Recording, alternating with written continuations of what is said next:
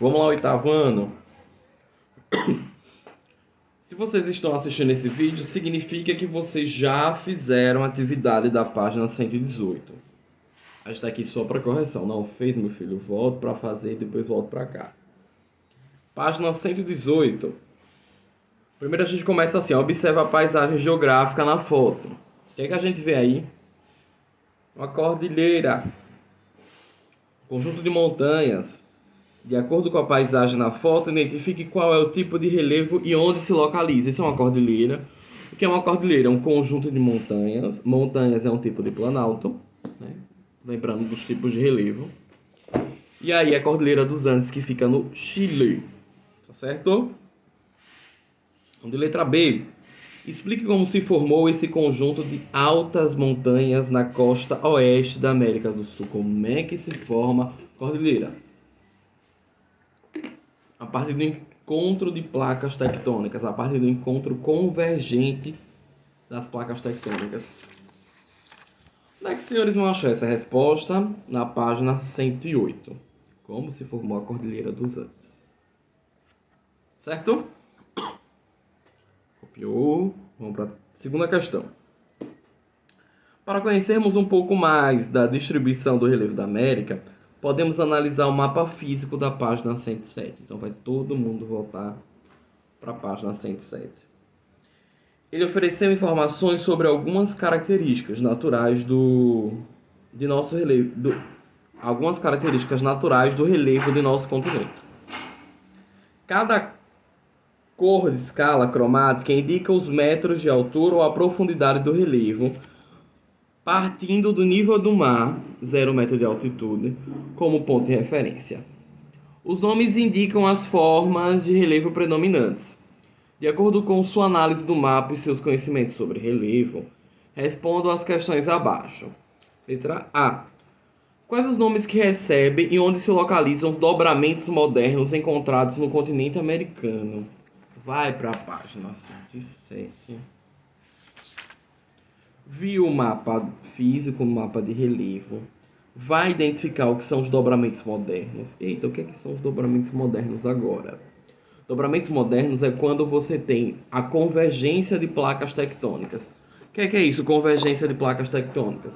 É quando elas se encontram, exercem a mesma força uma sobre a outra e dobram. Isso é um dobramento moderno. Ok? Como eu falei sobre a formação da Cordilheira dos Andes, é a mesma coisa. A Cordilheira dos Andes é resultado de dobramento moderno, de convergência de placas tectônicas, ambas exerceram a mesma força, tinham a mesma densidade, e aí dobraram. Onde é que eu vou ter isso na América? Eu vou ter isso na América do Sul, na Cordilheira dos Andes, que fica a oeste, e eu vou ter isso nas Montanhas Rochosas, na América do Norte, que também fica a oeste. Identifiquem no mapa o marrom, o que está em marrom. Aí nós conseguimos identificar as partes resultantes de dobramento moderno. Tudo certo aí? Vamos seguir. Então vamos seguir na nossa correção aqui. Letra B da segunda questão. Ainda analisando o mapa, identifique os tipos de relevo que compõem o continente americano.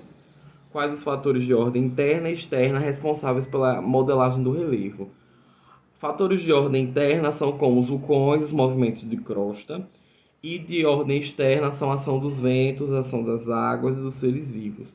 Os relevos que compõem, a América: planaltos, planícies, depressões. Os relevos básicos que a gente tem. Planalto, quando a gente fala de cordilheiras e até de planaltos mais desgastados, e as planícies e as depressões. São os relevos básicos que nós temos aqui. Letra C. Onde estão localizados relevos mais altos? Que elementos dos mapas nos permitem identificar isso? Os relevos mais altos são as cordilheiras na América do Sul, a Cordilheira dos Andes, e as montanhas rochosas na América do Norte. Que elemento do mapa nos diz isso? A cor da legenda, tá bom? Explique o que você pensa sobre um relevo. Explique o que você pensa sobre um relevo tão acidentado como este apresentado na foto. Representa alguma dificuldade nas formas de ocupação e distribuição do espaço. Terceira questão. O que acontece? Um relevo acidentado é fácil de habitar? É fácil de construir casas ou qualquer outro tipo de construção? Não, né? O relevo acidentado ele tende, pela força da gravidade, a cair. As coisas tendem a cair. Dependendo, talvez, de uma movimentação de terra, um desmoronamento aí. Mas, de fato, não é fácil fazer nenhum tipo de ocupação em um relevo acidentado. Tudo certo? Quarta questão. Observe o mapa e faça o que se pede. Observe o mapa, nós estamos vendo aí a América do Sul. Ele vai pedir um monte de coisa. A quarta questão é bem grandinha.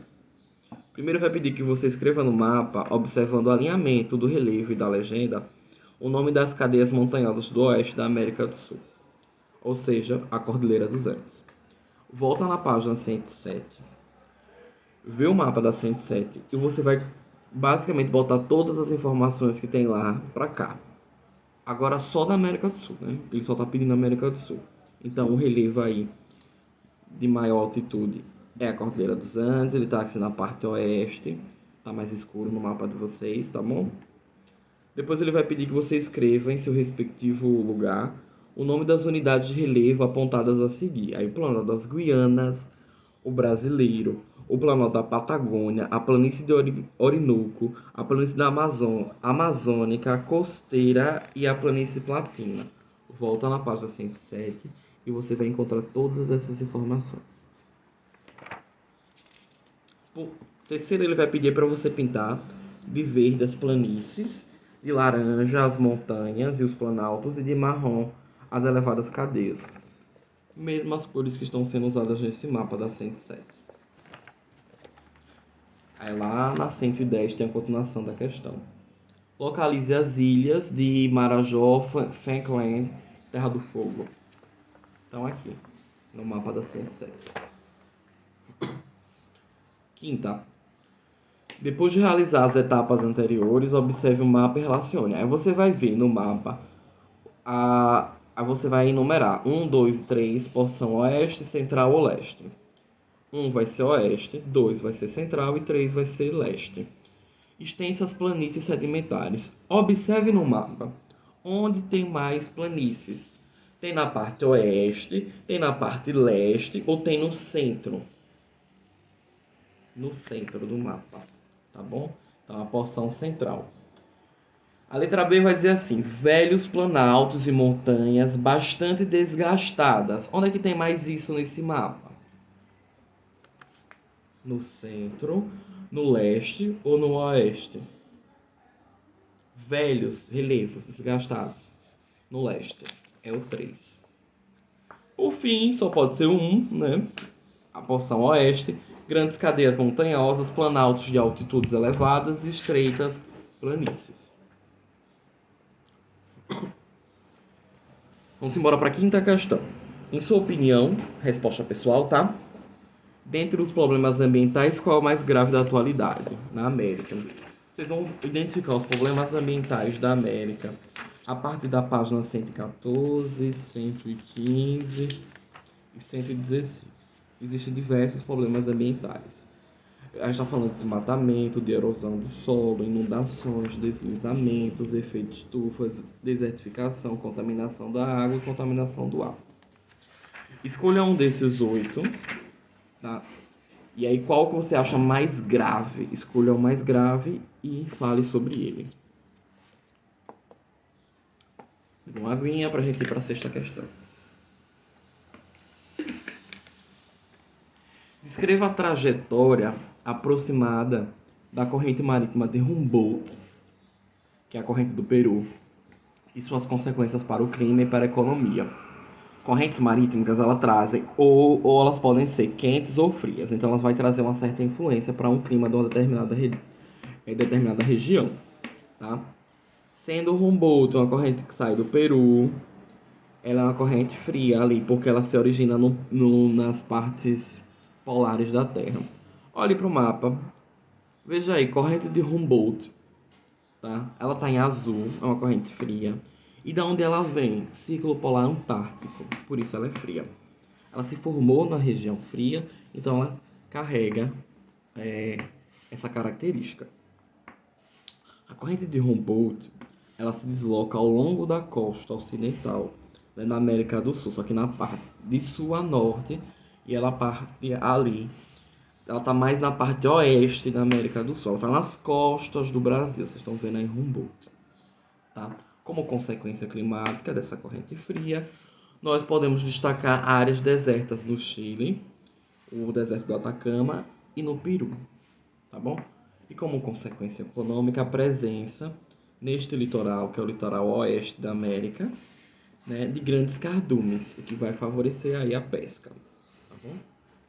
Tem um lado positivo aí, um lado negativo é o deserto, o lado negativo, mas economicamente você vai trazer mais peixes, pode ajudar a pesca. Compare o mapa, é a sétima questão agora, das zonas climáticas da Terra com o mapa político do continente americano e faça o que se pede. Observemos o mapa, tá bom? O mapa político americano. E observem também, aí, vão buscar o mapa de zonas climáticas da Terra no Google. Rapidinho vão lá e peguem e vejam esse mapa. Então vamos lá. Letra A. Indique as zonas climáticas em que está situado cada um dos países abaixo. Né? Canadá está em que zona climática? Tem que ir no Google pegar esse mapa, viu? De zonas climáticas da Terra. Estados Unidos, México, Colômbia e Venezuela. Canadá e Estados Unidos são vizinhos, então estão os dois na zona temperada do norte. O México, né? México, Colômbia e Venezuela estão na zona tropical, tá bom? Ó, observe nesse mapa que está no livro mesmo, que os Estados Unidos e Canadá estão acima do Trópico de Câncer. Que o México, a Colômbia e a Venezuela estão entre o Trópico de Câncer e a linha do Equador. Tá bom? Aí você tem um clima tropical. Acima do Trópico de Câncer, aí é um clima temperado do norte. Lá em cima tem Cuba, Argentina, Uruguai e Chile. Cuba tá ali na América Central, tropical, zona tropical. Argentina, ó, a Argentina tá lá embaixo. Argentina, Uruguai e Chile estão lá embaixo, no extremo sul da América do Sul. A zona térmica aí vai ser zona temperada do sul. Ok? Vamos para a oitava questão? O texto da seção Aprofundar para Conhecer, que está na página 117, que fala sobre o El Niño, né? Apresenta algumas explicações relativas às influências dos fenômenos climáticos, como o El Niño, a Laninha, e suas consequências sobre as regiões que atingem. Com base nas informações dadas, responda. O que ocorre no El Niño? Como esse fenômeno influencia as regiões e quais as consequências que ele provoca? E a letra B vai perguntar sobre a Laninha.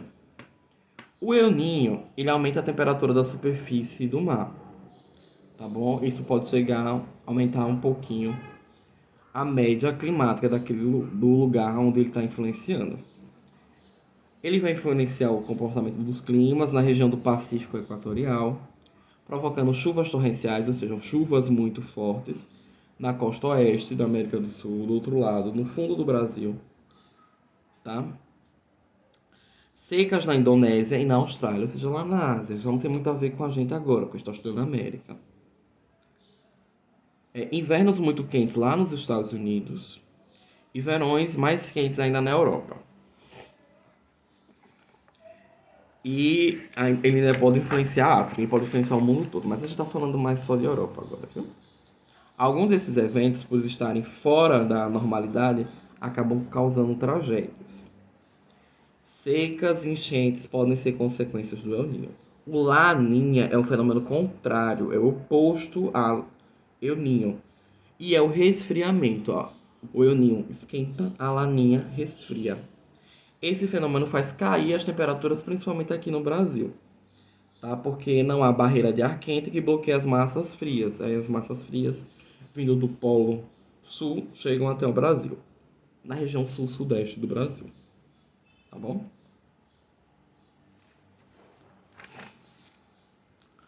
Vamos para a 9ª questão. Observe o mapa e faça o que se pede. Esse mapa diz: escreva no mapa os nomes das seguintes correntes marinhas e frias e depois as pintes de azul, corrente do Peru e corrente de Falkland. Onde é que eu vou achar essas correntes? Voltem para a página 120 e aí dá para ver as correntes aí. Tá bom? É só pintar de aí as cores correspondentes, né? Que está se pedindo, é só pintar essa primeira. A segunda, escreva no mapa o nome das seguintes correntes: a do Brasil, a sul equatorial do Atlântico, a corrente das Guianas e a corrente sul equatorial. Deixa eu lhe dizer, a letra C, que é a corrente do Brasil, é só... aqui é só escrever, ok. Ela tá ali, seguindo pela costa brasileira, a corrente sul equatoriana tá subindo, né? Pela região nordeste, indo para o norte. A corrente das Guianas está passando do norte, indo para as Guianas, de fato. A corrente sul equatorial do Pacífico está lá no Oceano Pacífico, na parte oeste da América. A corrente do Peru, também passando ali pelo Chile, indo para o Peru. E a corrente Falkland, né? Você pergunta a Deisa, essa pronúncia mais correta. Ela está indo, passando ali pela Argentina, bem perto do Polo Sul. A 10ª vai pedir para você comparar os mapas da distribuição da população com o mapa físico e ainda com o mapa do clima da América do Sul. E aí você deve estabelecer relações entre eles. Gente, se você tem um clima muito frio, não vai morar muita gente, isso é uma lógica. Se você tem relevos de difícil acesso, relevos muito acidentados, também não vai morar muita gente. Então, a população da América do Sul vai estar mais concentrada nas regiões que o relevo é plano e que o clima é ameno. A gente vai olhar, a gente vai ver que o Brasil aí vai ter um grande número de concentração populacional, olhando o primeiro mapa de densidade demográfica, tendo ali uma população muito concentrada no Nordeste e no Sudeste sul brasileiro. E os outros mapas da parte física a gente já viu na 107. E esse de clima aí, só para vocês identificarem os climas que estão aqui presentes na América do Sul. Tá bom? Clima muito frio, não vai ter gente morando. Vocês devem relacionar baseados nisso. Então a resposta é com vocês. 11ª questão. Observe o mapa. Identifique que países correspondem aos territórios afetados por cada um dos problemas ambientais de acordo com a legenda. Para realizar essa tarefa, compare os mapas com o mapa político da América. Aqueles problemas ambientais que a gente já falou em outras aulas e que a própria atividade já pediu para vocês ressaltarem. Tá bom? Aí vocês conseguem identificar esses dois mapas onde está o problema ambiental. Por exemplo, na parte norte do Brasil a gente tem áreas de forte desmatamento. Tá bom? Aí vocês vão identificando. Norte do Brasil, desmatamento, chuva ácida, onde é que está? Áreas de processo de desertificação, áreas com contaminação marinha. É só colocar aí na resposta. Seguindo. Página 125 para a gente encerrar. Tá bom? Preparando-se para o vestibular e para o Enem. Primeira questão fala assim: atualmente, a crosta terrestre é constituída por cerca de 12 placas, que ficam literalmente boiando em cima do magma pastoso. Há bilhões de anos, quando se iniciou sua movimentação, devia ter menos placas. Ao se mover em vários sentidos, pelo fator do planeta ser esférico, as placas acabaram se encontrando em determinados pontos da crosta e dando origem aos dobramentos modernos, aos terremotos e etc. Assinala a alternativa que contém o nome da placa tectônica onde o Brasil está situado. O que ela quis dizer é que no começo deveriam existir menos placas. Com a movimentação, com o choque, essas placas podem ter se rompido e formado novas placas. Isso pode acontecer no futuro também. A depender do livro, aparece até mais de 12 placas.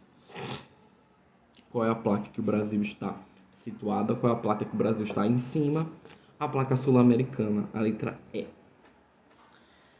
Segunda questão diz assim: com relação às semelhanças na disposição do relevo das Américas, pode-se dizer que, vejam todas as opções, leiam todas, porém acerte a letra A, onde diz assim: a oeste estão os dobramentos modernos, Cordilheira dos Andes, no centro as planícies centrais, principalmente a do Brasil, e a leste os planaltos, só que já mais desgastados. Terceira questão. Observe o planisfério abaixo, que destaca áreas onde se localizam as placas tectônicas, cujos movimentos promovem a formação de importantes feições nos limites entre as placas. Observe as placas, ali tem algumas destacadas e você vai nomear essas placas tectônicas aí, a 1, 2, 3 e 4. Vocês vão pedir ajuda ao Google para fazer essa atividade, tá bom? A 1 é do Pacífico, a 2 é a Sul-Americana, a 3 é a Africana e a 4 é a Nazca. NAZCA. A letra B vai pedir para você nomear as formações que ocorrem entre a placa 4 e 2, né? Entre a placa Nazca e Sul-Americana. O que aconteceu? Formação da Cordilheira dos Andes. Entre a 4 e a 2, eu acho que aí ele errou, tá bom? Mas aí vai ser a dorsal atlântica. E a letra C, dê exemplos de dois processos de formação de relevo que ocorrem nos limites de placas. Limites de placas, como eu já disse muitas vezes a vocês, só nessa aula de hoje, podem ter os dobramentos modernos ou podem ter vulcanismo ou abalo sísmico, que é o mesmo que terremoto. Ok, meus senhores e minhas senhoras, encontro vocês na próxima aula.